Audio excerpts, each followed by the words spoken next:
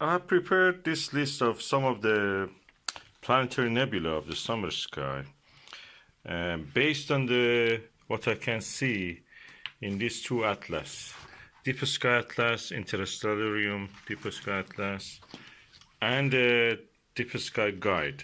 So the page 30 and 30 contain whatever object is here. So I refer to this one. I've written the list based on that. And the diagrams, I've drawn it by looking at these general diagrams are just representative. It's cartoon-like.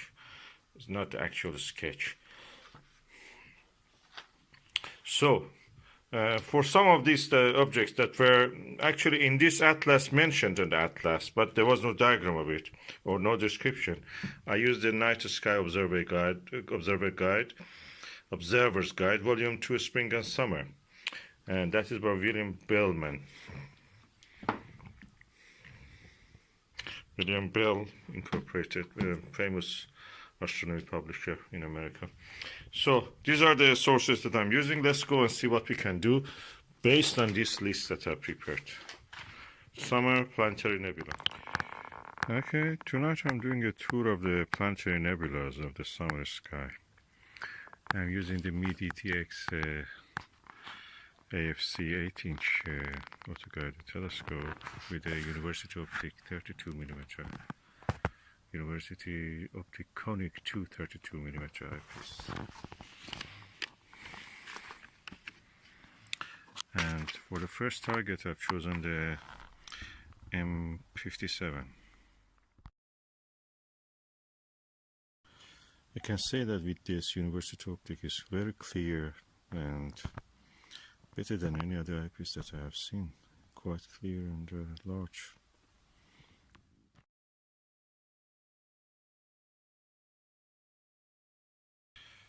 For the second target, I'm going to NGC 6826 or Blinking Planetary Nebula.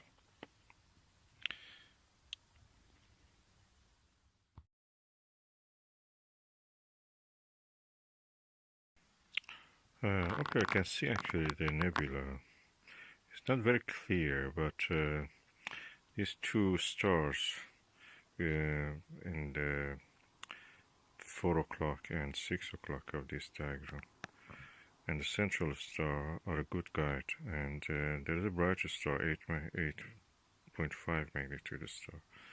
To the right, somewhere around here, it should be if I wanted to draw it. And when you look at the central star, then concentrate on the brightest star, 8.5 magnitude star. Then looking back at the central star, you see the nebula just popping. You have to really darken up your eye to see this one. And this is one of the brightest of this planetary nebula. Let just me go for another target.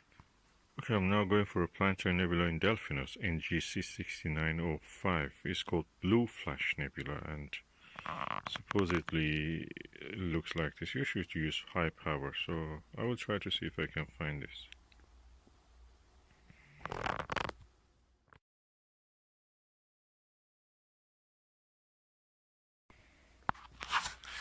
And I'm using the Delos 10mm eyepiece, Televue Delos.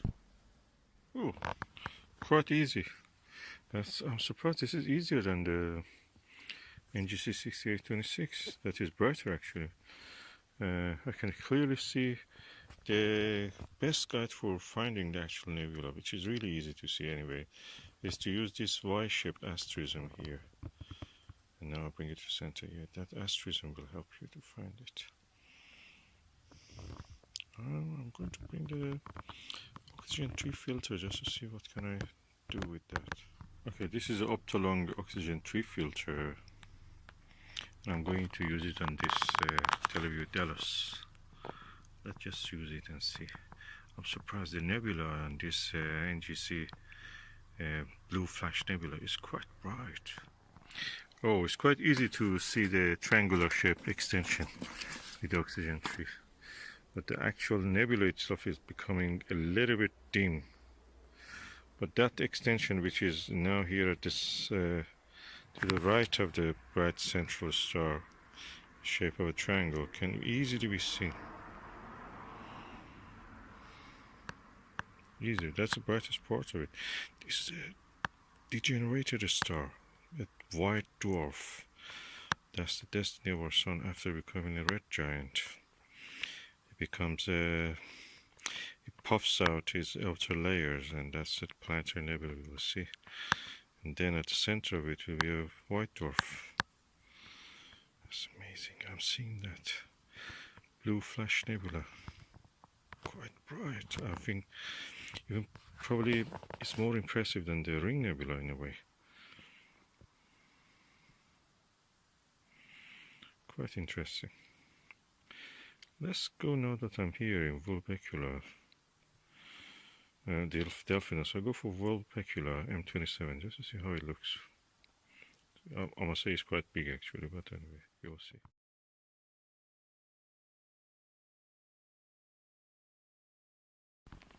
Wow, that's quite massive compared to the Blue Flash Nebula. It's huge. 3.5 times to 4 times. It's quite bright actually. You can see the shape of it. Whatever you see in photographs, you can actually see if you look carefully. And those Dumbell shaped or apple core shaped, the shape of an apple core when you bite it probably. And then you can see a cone kind of oval shaped extension, the fainter parts joining the brighter parts. So in a way, it's a big version of the Blue Flash Nebula with similar structures, but quite larger and brighter. In deep sky terms, of course. Let's go for another object. Okay, let's go to Cygnus and look at the NGC 6894. It's called Naughty Ring Nebula, but I think based on this drawing that I have made, it's better to probably, I suggest to call it Pizza Nebula. It looks like a margarita pizza.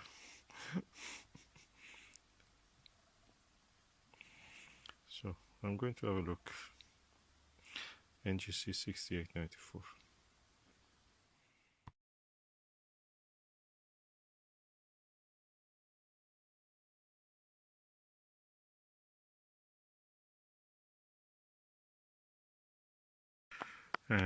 It's a quite extended object, at least in the Delos, but I prefer the view in the 13mm APM HDC. I suppose Aether's 13mm also will give the same view or even better. I can see naughty parts. You don't see the whole, I mean, you cannot see a whole nebula there. You see naughty parts around, forming kind of circular arc shaped. Again, here in this case, it is very helpful if you can find this similar asterism, which is Y-shaped. And now to the center. And if you find that, the rest of it pops into the view. I must say that the view without the oxygen filter was actually better and more clear. And definitely with the APM was better. So that was the, as I call, Pizza Nebula, NGC 6894. So this target is a planetary nebula in the planetary constellation Cygnus, NGC 7027. It's called Magic Carpet Nebula. And depending on what kind of instrument you use, you can see it either like this, kind of U-shape, or you can say horseshoe shaped, or like this, more like a horseshoe with nail spots of it, nail holes. So you need a really high magnification. So I will not removing this oxygen 3 filter from this Delos 10, and I will go for the NGC 7027 in the Cygnus.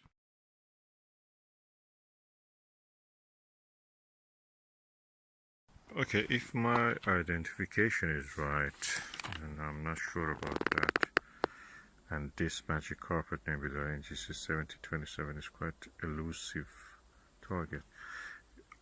It should be very tiny. I can see a nebula. It's very tiny, almost half the size of the M57 Ring Nebula. It's just a patch, like slightly, probably you can say like a butterfly, but nothing more than that.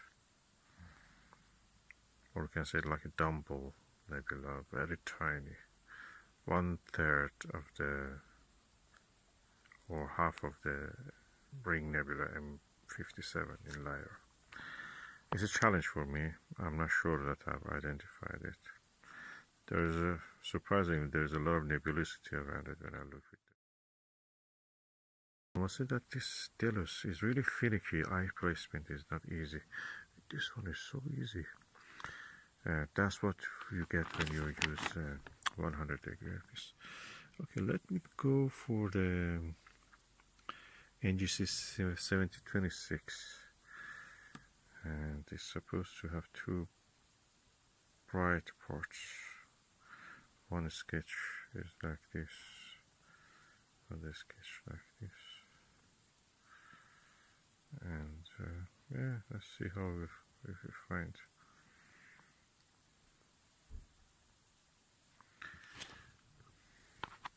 NGC 7026. I'm using the Skywatcher Myriad 5mm eyepiece.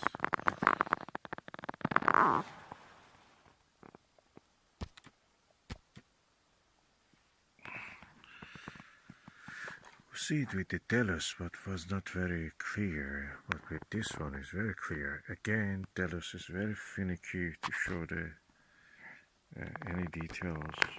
Eye placement is really finicky.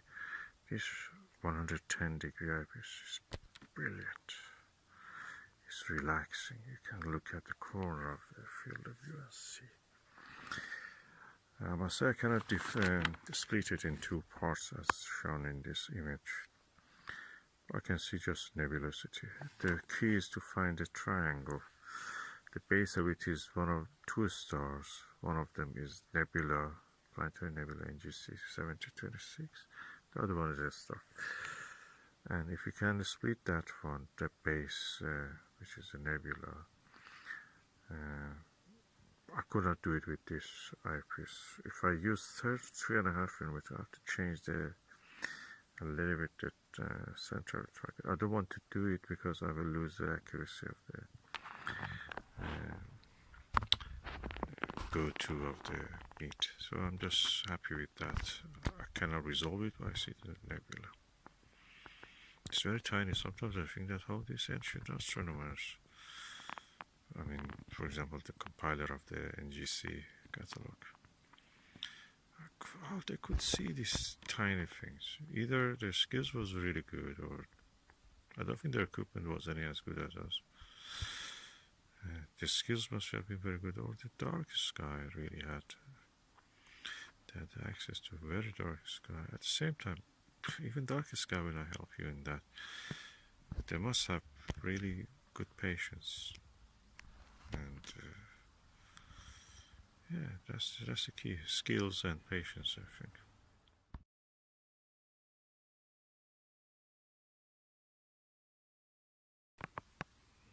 There is this Planetary Nebula NGC 6765 in Lyra. It's quite straight in the zenith now, and because of this large diagonal and back focus, the telescope will hit the base if I go for that. So I'm just skipping this one. I think I've seen most of this now. Probably I can go for the NGC 6884. Yeah, go for that one.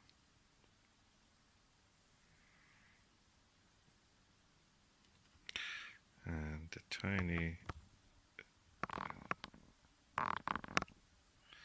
sketch I've made of this.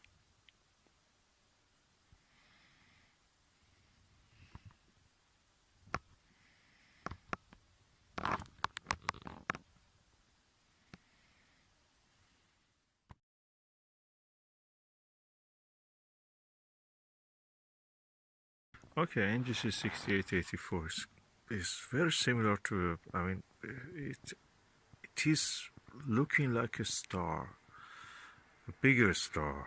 The other stars are pinpoints. It's quite like a bright star in a way. I mean, in this Delos 10 anyway. The thing is that center of star is magnitude 57. I didn't see center of star, so tiny. I will just use another eyepiece just to see 5mm Myriad, just for the sake of the saying that I've made an effort. Let's see, so it's kind of like a star. It's that one of the long corners of a diamond-shaped asterism. 4 stars which make a diamond with the stellus of I'm talking about, and oxygen 3 filter. I don't think you need the filter anyway, it's visible. So that diamond, if you imagine that diamond, kind of 4 sides of it, at each corner there is a star, and the longest of those corners, the star there is a Planetary Nebula. It's quite stellar in the shape. It's one of the oddest ones I've ever seen. I cannot discern any detail in it. It's just stellar looking. I think I've seen most of or almost all of these Planetary Nebulas in this list, except this NGC 7048, which is very dim. I will try it later.